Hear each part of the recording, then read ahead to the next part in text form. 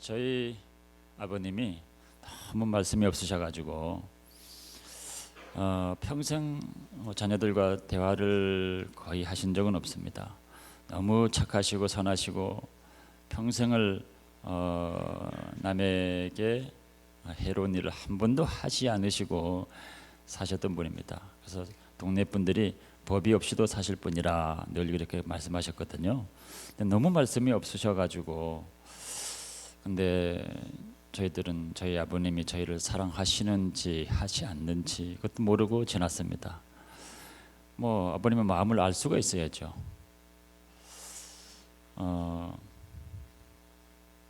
나이가 많이 들어서 제가 자식을 키우면서 아버님의 마음을 좀 이해하게 됐습니다. 그리고 말씀은 안 하시지만 정말 자녀들을 자식들을 그렇게 사랑하고 계셨구나 하는 것들을 여러 가지 일들로 이제 깊이 있게 깨닫게 됐죠. 정말 많은 세월이 지나서 이제 깨닫게 됐습니다. 그 입장이 돼보지 않으니까 또 알 수가 없는 거죠. 또 제가 이제 부교육자를 하면서 담임 목사님을 또 이제 모시고 또 뭐 배우면서 있었는데 담임 목사님 마음도 알 수가 없었습니다. 또 왜 그렇게 하시는지, 왜 그렇게 또 고민하시는지, 뭐 제가 노력해도 알 수가 없었습니다. 지금도 이렇게 담임 목회를 하고 나니까 그때 그분의 고민이 무엇이었는지, 뭐 그런 것들을 이제 지금은 너무너무 잘 이해하게 됩니다. 그 입장으로 돼보지 않으면 우리가 참 알 수가 없죠. 다 헤아려 알 수가 없습니다. 하물며 하나님께서 사랑하는 자녀들, 우리들을 돌아보시고 우리를 사랑하시고 우리를 향한 많은 생각들을 하고 계신데 우리가 어떻게 다 헤아려 알 수가 있겠습니까? 하나님의 생각, 우리를 향한 하나님의 생각이 이 세상의 모래보다 많도소이다, 그렇게 얘기하고 있습니다. 이 바닷가에 모래알들이 뭐 얼마나 많이 있습니까?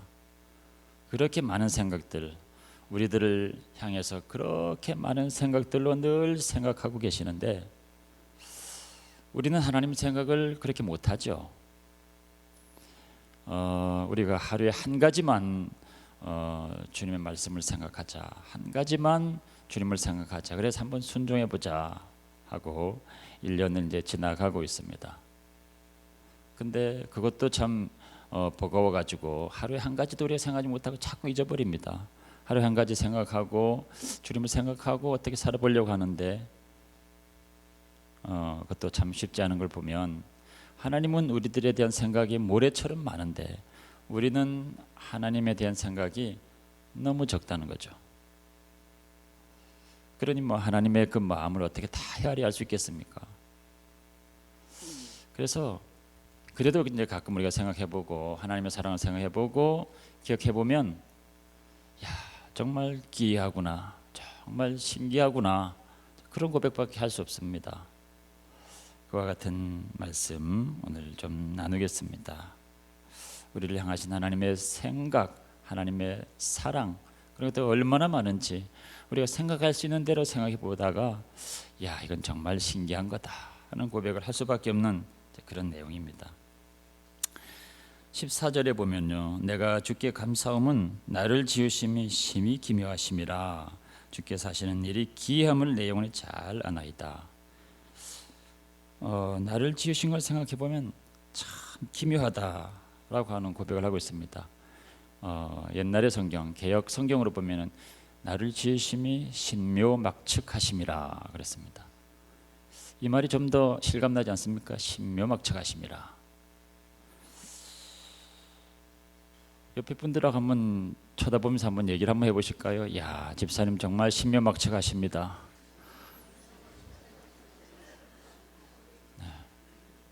네, 여러분들 진짜 신묘막측하게 생기셨습니다. 진짜 우리를 지으신 그 하나님의 솜씨를 생각해 보면 진짜 신기한 게 한둘이 아닙니다. 재밌는 거 몇 가지 몇 가지만 한번 생각해 보죠. 우리 인체 그 뼈가 한 206개 정도 된다고 합니다. 근데 그 뼈가 얼마나 단단한지 성냥갑만한 크기의 우리의 뼈가 10톤의 무게를 견딘다고 그럽니다. 10톤의 무게를 견디면은 이게 돌 중에서 제일 단단한 돌이 화강암이라고 그러는데 화강암보다도 강한 겁니다. 시멘트보다는 한 4배 이상이 더 강하다고 그럽니다. 우리 뼈가 그렇게 강한데 이 뼈가 계속해서 이 조직이 새로워져 가지고 7년마다 한 번씩 새 뼈로 바뀐다고 그럽니다. 그러니까 여러분들은 지금까지 살아오시는 동안에 몇 번 뼈가 새로 바뀐 겁니다. 또 우리 혈관의 길이가 동맥과 정맥과 모세혈관을 다 이으면은 얼마나 긴지 아십니까? 지구를 3바퀴를 돈다고 합니다. 별로 안 놀라시는군요. 너무 놀라서 입을 다물지 못하고 계시는 건가요? 그런데 굉장히 긴 그런 혈관, 그 혈관이 심장에서 피가 한번 이렇게 뿜어지면은 그 긴 혈관들을 다 돌아가지고 다시 심장으로 돌아가는데 몇 초나 걸릴까요? 이게 1분도 안 걸립니다. 너무 신기하죠.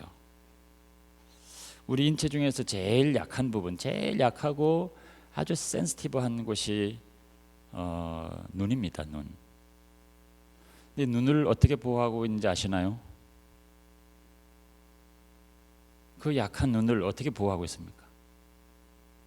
눈꺼풀로 눈을 계속 깜빡거리는 걸로 보호하는 겁니다. 1시간에 약 900번 정도를 깜빡거린다고 합니다. 계속 깜빡거려서 그 눈을 보호하고 있는 겁니다. 귀는 어떻게 보호할까요? 귀가 뚫려 있는데 뭐가 들어가면 어떡합니까? 저는 이제 어릴 때 이제 시골에서 자라고 이제 산 속에서 늘 놀았으니까 뭐 산에 한번 갔다가 오면은 온 몸에 뭐 작은 벌레들이 늘 붙어 있습니다. 뭐 그대로 뭐 그때 뭐 샤워를 하나요? 그냥 놀다가 그냥 자는 거죠. 그러면 그 조그만 벌레들이 귀로 들어가면 어떻게 될까요? 근데 귀로 절대 들어가지 않습니다. 왜냐하면은 이 귀 안에 그 고막 거기에서 벌레, 곤충 그런 것들이 제일 끔찍하기 싫어하는 냄새가 계속 뿜어져 나온다고 합니다. 우리는 그게 그 냄새가 안 맡겨지는데 그 벌레들은 그걸 아는 거죠. 그래서 이제 하나님 그렇게 보호를 하는 겁니다. 우리가 이제 뭐 침 같은 거 뱉으면은 너무 지저분하다고 그러죠. 또 콧물 뭐 흐르고 뭐 또 코가 뭐 이렇게 나오고 하면 너무 지저분하게 생각하는데 그게 없으면 또 큰일 납니다. 우리 혀에 침이 전혀 없으면은 맛을 전혀 느끼지 못합니다. 혀만 가지고는 절대 맛을 느끼지 못합니다. 그 혀에 침이 있어야 맛을 느낍니다. 이게 더러운 게 아니라 꼭 필요한 겁니다. 코에도 콧물이나 이런 습기가 전혀 없으면은 냄새를 전혀 못 맡는다고 합니다. 이게 더러운 게 아니고 꼭 필요한 것들이 우리에게 나오는 겁니다. 하나님이 그렇게 꼭 필요한 것들을 만든 거죠. 하나 더 말씀드리면 이제 갓난 아이가 나오면은 우리 이강림 권사님 손자를 얼마 전에 보셨는데 이 갓난 아이가 나오면은 나오자마자 이렇게 사람의 손길로 안아주고 만져주지 않으면 전혀 만져주지 않으면 아이가 자라지 않는답니다. 심지어는 뭐 죽기도 한다고 그럽니다. 신기하죠. 사람 몸이라고 하는 것이 참 생각하면 생각할수록 신기합니다. 하나님이 우리를 지으신 것이 진짜 신묘막측하구나 그런 생각을 하지 않을 수가 없습니다. 근데 더 신기한 것은 뭐냐면 지금 우리가 읽은 본문에도 보면 내 형질이 이루어지기 전에 주의 눈이 보셨으며 나를 위하여 정한 날이 하루도 되기 전에 주의 책에 다 기록이 되었나이다. 16절에 그러죠. 우리가 모태에서 지어지고 있을 때 벌써 주의 눈이 우리를 보셨다는 겁니다. 그리고 정한 날이 되기도 전 하루도 되기 전에 그러니까 태어나기도 전에 우리가 주의 책에 기록이 됐다는 겁니다. 놀라운 사실이죠. 우리가 그러니까 이렇게 생긴 것이 그냥 우연하게 된 것이 아니고 하나님이 우리를 이렇게 만드셨다는 겁니다. 하나님이 이런 모습으로 직접 이렇게 만드셨다는 거죠. 그러고 주의 책에 다 기록을 해놓고, 그래서 우리가 이 자리에 있다는 겁니다. 우리가 어느 날 우연히 그냥 하나님을 알게 돼 가지고 교회에 나온 것, 우연히 그냥 살다가 뭐 전도 받아 가지고 어떻게 우연히 크리스천이 된 것이 아니라 하나님이 우리를 미리 아셔서 우리를 이렇게 지으셔서 여기까지 오게 됐다는 거죠. 이걸 가만히 생각해 보면 진짜 신비합니다. 그리고 참 은혜가 됩니다. 어릴 때는 그 동네 어른들이 모여가지고 아이들을 그렇게 참 많이 놀렸던 얘기 중에 하나가, 너는 다리 밑에서 주워왔어 이런 얘기. 어른들이 그런 얘기를 했을까요? 지금도 생각하면 왜 그런 농담을 했을까 싶습니다. 근데 그런 얘기를 들을 때면 뭐 속 상하고 뭐 기분 나쁘고 막 땡깡도 부리고 막 그러죠. 근데 하나님은 우리가 모태에서 지어질 때부터 우리를 보시고 주의 책에 우리 이름을 기록하셨다는 겁니다. 야, 내가 이렇게 된 이런 모습으로 나온 것이 하나님이 이렇게 만드신 거구나, 계획하고 만드신 거구나 생각하면 정말 참 은혜가 됩니다. 그래가지고 이 땅의 인구가 지금 약 70억 가량 되는데요, 그 70억 되는 인구 중에서 우리랑 똑같이 생긴 사람이 단 한 사람도 없습니다.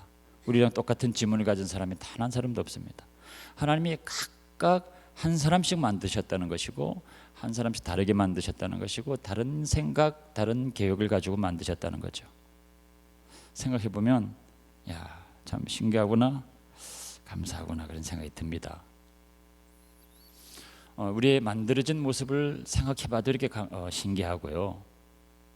그런 우리들이 이 땅에 태어나서 살 때에 하나님이 늘 우리를 바라보시고 우리를 늘 생각하시고 우리의 모든 것들을 다 관찰하시고 하셨다고 하는, 이게 또 진짜 신기합니다. 이게 어떻게 가능할까?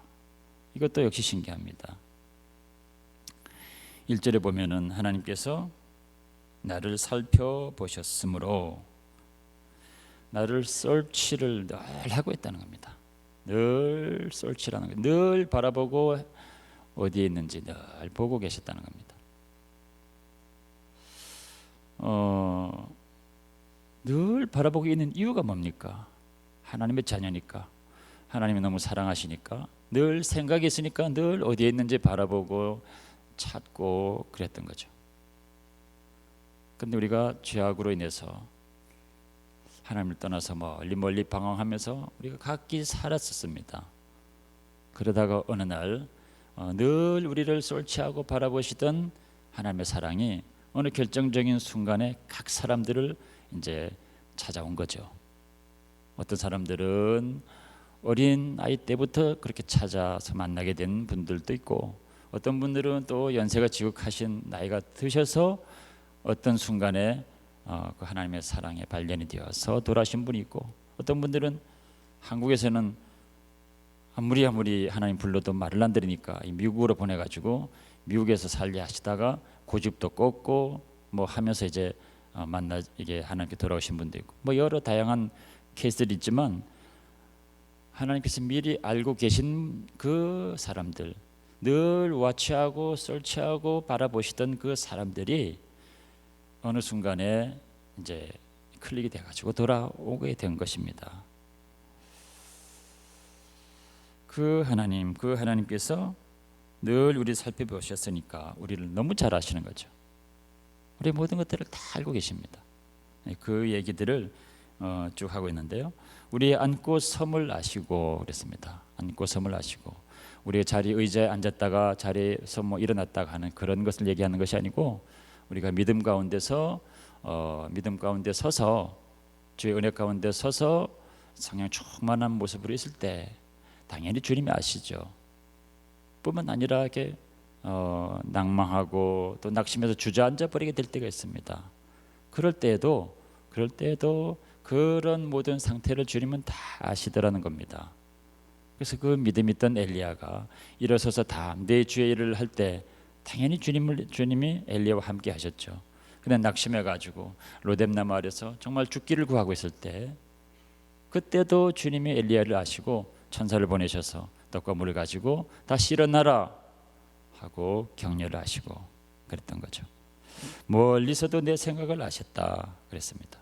우리가 하나님을 떠나서 멀리 가면 하나님 모르실 거라 생각했던 그런 요나가 먼 다시스로 갔을 때도 하나님 그를 찾아가셔서 그가 오른 배에 함께 오르셔서 풍랑을 준비하고 사공을 준비하고 큰 물고기를 준비하고 해서 그 요나의 비뚤어진 생각을 다시 바로잡아 주시고 하셨던 그 하나님, 그런 하나님처럼 우리가 하나님을 멀리 떠나 있었다고 생각했던 그때에도 하나님이 우리를 아시고 또 여러 환경을 주장해 주시고 사람들을 보내주시고 우리를 이제 부르셨다는 겁니다. 우리의 눕는 것 또 우리의 모든 길을 다 아시는 하나님께서 우리의 모든 행위를 다 아셨다고 그랬습니다. 우리 행한 모든 것들을 또 하나님 다 아셨다는 겁니다. 빌립인 나다나엘을 주님께로 데리고 올 때 여기 메시아가 여기 계시니까 와봐라 그럽니다.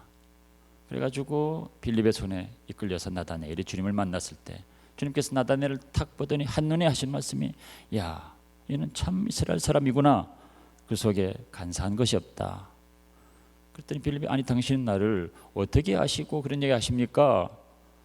그랬더니 주님이 나는 너가 무화과 나무 아래 있을 때부터 그 모든 일들을 보고 있었다 그러셨습니다. 무화과 나무 아래 있을 때만 보셨겠습니까? 늘 뭐 다 보고 계시고 알고 계시는 주님인데 그 얘기를 하신 거는 무화과 나무 아래 있을 때 뭔가 특별한 사건이 있었던 겁니다. 주님을 사랑해서 주님께 드렸던 뭔가 특별한 고백이 있었던 사건이 있던 거죠. 아무도 모르는 거였습니다. 아무도 모르는 그 일을 주님께서 내가 봤다고 하니 깜짝 놀란 거죠. 우리들 가운데는 다 뭐 그런 것들이 다 있을 겁니다. 주님만 알고 계시는 그 비밀들이 있습니다. 사람들이 아무도 알지 못하는 주님께 드린 믿음의 고백들이 다들 있으실 겁니다. 근데 주님이 그걸 아신다는 거죠. 저도 그런 특별한 기억이 있습니다. 제가 이제 목회를 하면서 뭣도 모르고 어떻게 이제 목사가 됐습니다. 그러다 보니까 정말 감당하기가 쉽지 않은 많은 일들이 있고 이게 내 능력 밖이구나라고 생각하면서 이 일들을 위해서는 하나님 더 정말 자격 있는 사람들을 부르셔야 됐을 텐데 더 신실하고 더 능력 있는 사람들을 부르면 하나님도 힘들지 않고 저도 힘들지 않았을 텐데 하고 기도를 아주 정말 간절하게 한 적이 있습니다. 그때 하나님께서 그림같이 저에게 펼쳐 보이셨던 과거의 그 일들을 잊을 수가 없습니다. 제가 돌아보니까 정말 제가 군대에 있을 때 정말 순전한 마음으로 순수한 마음으로 하나님을 뜨겁게 사랑했던 그때가 있었습니다. 주님을 사랑해서 정말 순전하게 기도하고 또 눈물 흘리고 전도하고 했던 그 정말 일들이 많이 있었는데 제가 이제 지나면서 다 잊어버렸던 기억입니다. 근데 그렇게 기도할 때 하나님께서 그것들을 쫙 펼쳐서 보이시고 그때 너를 보았다 이렇게 말씀해 주셔서 이 나다나엘의 고백을 떠올리면서 얼마나 또 울었는지 모릅니다. 내 모든 말을 또 다 하신다고 그랬습니다. 우리의 모든 말, 우리가 뱉은 말을 다 잊어버리죠. 기록해 놓지 않으면 다 잊어버립니다. 그러나 말은 영이고 하나님은 영이시고 하나님은 말씀이시고 그 하나님께서 우리가 한 말, 특별히 믿음으로 한 말들은 하나도 잊지 아니하시고 다 기억하십니다. 입술에 열매를 맺으시는 하나님이라 그랬는데 우리가 믿음으로 한 말을 그것을 입술의 열매 맺게 하셔서 그 일들을 그대로 다 이루시는 하나님이십니다.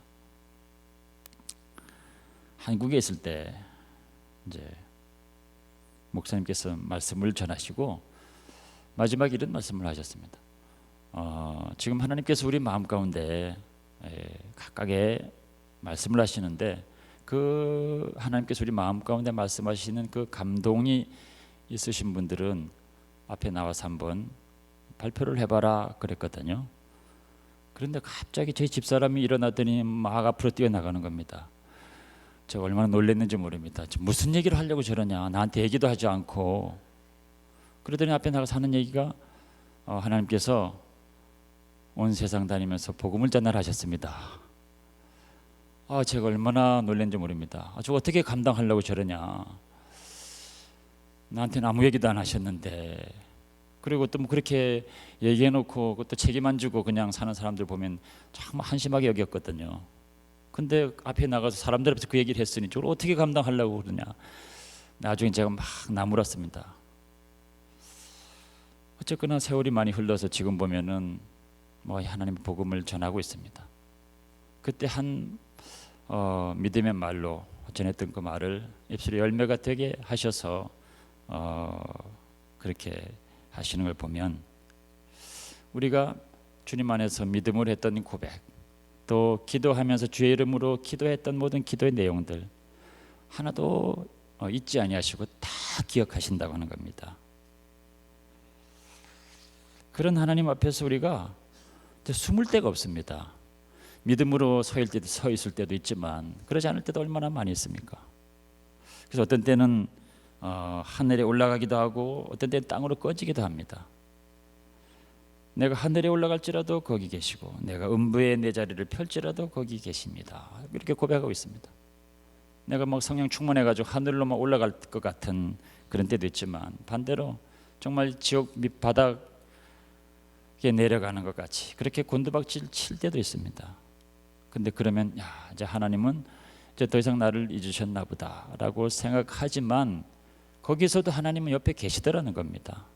우리를 떠나지 않고 옆에 계시더라라고 하는 거죠. 그래서 하는 고백이, 내가 새벽 날개를 치며 저 바다 끝에 거할지라도 거기서도 주님이 주의 오른손이 나를 붙드시나이다, 이렇게 고백을 하고 있습니다. 이게 너무 시적인 표현이라서 얼핏 이 내용이 잘 들어오질 않습니다. 그러니까 새벽 날개라고 하는 표현했던 것은 새벽에는 동쪽에서는 해가 떠오르죠. 새벽에 동쪽에 해가 떠오를 때 그 붉게 떠오른 그 장면이 이렇게 막 새 날개가 쫙 펼쳐진 것 같은 그런 모습을 연상하면서 이게 동쪽 끝에 있는 그 모습을 얘기하는 겁니다.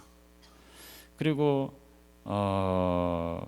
이 바다 끝이라고 하는 것은, 이스라엘 지도를 보게 되면은 바다는 서쪽에 있습니다. 그러니까 서쪽 지중해를 얘기하는 거겠죠. 서쪽 바다 끝. 그러니까 새벽 날개 하면 동쪽 끝을 얘기하고 이 바다 끝 하면 서쪽 끝을 얘기하는 겁니다. 이 끝에서 저 끝으로, 이 극단에서 저 극단으로, 내가 어디에 있든지, 사방 어디에 있든지 거기서도 주의 오른손이 나를 붙드시더라는 겁니다. 내가 심하게 좌절하고 넘어져서 이쪽 끝 저쪽 끝으로 그렇게 헤매고 다닐 때도 거기서도 주의 오른손이 나를 붙드셔서 주의 빛 가운데를 인도하시더라. 그런 고백을 하면서 주님의 생각이 어찌 이렇게 보배로우냐, 나를 향한 주님의 생각이 어찌 이렇게 보배로우냐, 그 수가 어찌 이렇게 많으냐. 수가 너무 많다는 겁니다. 수가 많다. 수가 많은 사람들을 우리 고수라고 그러지 않습니까? 고수. 하나님 정말 고수다. 고수가 아니고 고수. 무슨 말인지 잘 모르죠. 장로님 잘 설명해 주시기 바랍니다. 우리는 어떤 때 정말 이제 더 이상 방법이 없구나, 외통수에 걸렸다, 꼼짝할 수가 없다라고 하는 그런 상황에서도 하나님은 언제나 방법이 있습니다. 하나님은 언제나 우리가 막혀있는 외통수를 벗어날 수 있는 카드가 항상 있습니다. 홍해가 앞을 가로막았다라고 할 때도 그 홍해를 가를 수 있는 그 카드가 항상 있습니다. 예상할 수 없는 항상 그 카드를 가지고 계시는 그 하나님, 그 생각의 수가 참 많구나, 그 생각이 너무너무 많더소이다, 이렇게 고백을 하고 있는 겁니다. 여기까지가 이제 18절 말씀입니다. 전에는 제가 이 139편을 읽으면 이 18절까지 보고 그 다음 절은 제가 읽질 않았습니다. 이해를 할 수가 없는 겁니다. 알 수가 없는 겁니다.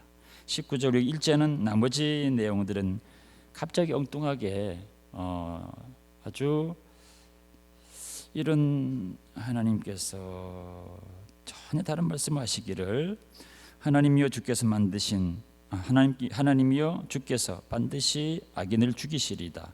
피 흘리기를 즐기는 자들아 나를 떠날지어다. 그들이 주를 대하여 악하게 말하며 주의 원수들이 주의 이름으로 헛되이 맹세하나이다. 여호와여 내가 주를 미워하는 자들을 미워하지 아니하며 주를 치러 이런 자들을 미워하지 아니하나이까. 내가 그들을 심히 미워하니 그들은 나의 원수들이니이다. 마지막에 이 말씀을 하고 있습니다. 앞에 이 은혜로운 말씀과 전혀 매치가 되지 않는 이 말씀을 왜 139편에 두셨을까? 그래서 전에는 이 뒷부분을 그냥 잘라서 아예 묵상하지를 않았습니다. 지금에 와서는 이 말씀이 무슨 뜻인지 분명히 깨닫게 되는 거죠. 하나님의 생각이 참 기기묘묘합니다. 신묘막측합니다. 나를 바라봐도 그렇고 이런 내가 이 땅에 살아갈 때 내가 비록 헤매는 모습이지만 주님께서 이 끝까지 나와 함께 하신 이 모습을 봐도 그렇고 정말 하나님은 정말 신기하신 기묘하신 분입니다 라고 고백하면서 갑자기 이 악인들 하나님이 이 사람들은 다 죽이실 것이고 하나님 미워하시니까 나도 미워하리라 이렇게 한 고백이 그냥 우연히 된 것이 아니다 이 말이죠. 하나님께서 이런 사람들은 미워할 수밖에 없죠. 그러니까 하나님이 미워하시는 사람들을 나도 미워할 수밖에 없습니다. 근데 이 시편의 기자는 여기까지만 자기 마음과 있는 것을 쏟아내고 왜 이런 말을 한지도 모르고 앞에서 그렇게 하나님의 생각이 그렇게 많고 수가 어찌 그렇게 많고 보배로운지요. 그 수가 많은 생각이 이 내용을 포함하고 있다는 사실을 모르고 있는 겁니다. 모르고 그냥 고백만 했을 뿐입니다. 그러나 성령께서는 이 시편 저자를 통해서 그 생각이 하나님의 생각이 보배롭고 그 수가 아주 많은 것이라 라고 고백을 하게 하셨습니다. 이 기자가 깨닫지 못하는 말이어도 그렇게 고백을 하게 하셨습니다. 우리는 성령의 감동으로 이 말씀을 이제는 이해할 수가 있는 것입니다. 이런 사람들이 있다 할지라도 이 사람들이 저주의 대상이 아니라 사랑의 대상이다 라고 하는 것. 나중에 예수 그리스도께서 십자가에 죽으시고 그 피로 모든 사람들을 다 용서하시고 모든 사람들을 이제 구원의 은혜를 베풀어 주실 때 그 사랑을 받은 우리가 이제는 모든 사람들을 사랑할 수 있다고 하는 것을 여기에서 이제 이렇게 알고 이렇게 말씀하고 있는 겁니다. 우리가 이 사람들을 하나님께서 나에게 보내주신 사람들이라 사랑하기 힘든 사람들을 내가 사랑하게 될 때 나를 향한 하나님의 그 신비한 놀라운 그 하나님에 대한 그 이해가 비로소 있게 되고 하나님의 놀라운 섭리를 비로소 다 깨닫게 되고 내 안에서 하나님 나라가 온전히 이루어지게 된다라고 하는 것을 여기서는 다 표현하고 있지는 않지만 함축적으로 말씀하고 있는 겁니다. 요한일서 4장 7절에 사랑하는 자마다 하나님으로부터 나서 하나님을 알고 그랬습니다. 사랑하기 어려운 사람들을 사랑하는 것이 하나님을 알게 되는 것이다 라고 말씀하고 있는 거죠. 12절에 만일 우리가 서로 사랑하면 하나님이 우리 안에 거하시고 그의 사랑이 우리 안에 온전히 이루어지느니라. 사랑하기 힘든 사람들을 우리가 사랑하게 될 때 이런 이 신비한 하나님, 우리가 다 헤아리 알 수 없는 그 하나님이 우리 안에 거하시게 되어서 우리가 그분을 더 잘 알게 되고 또 우리 안에서 그 하나님의 사랑이 온전히 이루어지게 된다라고 하는 말씀을 요한일서에서 하고 있습니다. 그러니까 시편 139편에서 쭉 얘기하시면서 이 놀라운 하나님의 사랑, 이 하나님의 사랑은 우리가 사랑하기 힘든 사람들을 우리가 사랑하게 될 때 그 사랑을 진짜 깊이 있게 깨닫게 되고 알게 되고 이해하게 되고 그래서 우리가 사람들을 사랑하면서 하나님의 그 사랑을 깨달아가게 되는 그것이 정말 이게 기묘한 일이구나, 이게 신묘막측한 일이구나, 이게 하나님의 기묘하시구나, 기묘하심이구나 하고 비로소 알게 된다는 것입니다. 하나님께서 여러분들을 정말 사랑하시는데